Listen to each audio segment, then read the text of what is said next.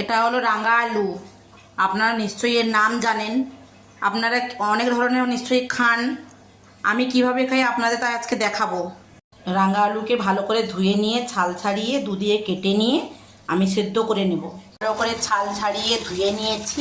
এবারে প্রেসার কুকারে একটা সিটি দিয়ে নেব। সেদ্ধ হয়ে গেলে আমি আপনাদের কেমন মাখিয়ে খেতে হয় দেখাবো। 4টা শুকনো লঙ্কা, 2টো পেঁয়াজ কুচি, 1 চামচ গোটা জিরে সব একসঙ্গে দিয়ে ভালো করে ভেজে নেব। ভেজে নিয়ে একটা থালার মধ্যে আমি তুলে রাখবো। রাঙা আলুকে ভালো করে সেদ্ধ করে নিয়েছি, পেঁয়াজ আর সব দিয়ে একসঙ্গে মাখাবো, মাখিয়ে আপনাদের দেখাবো।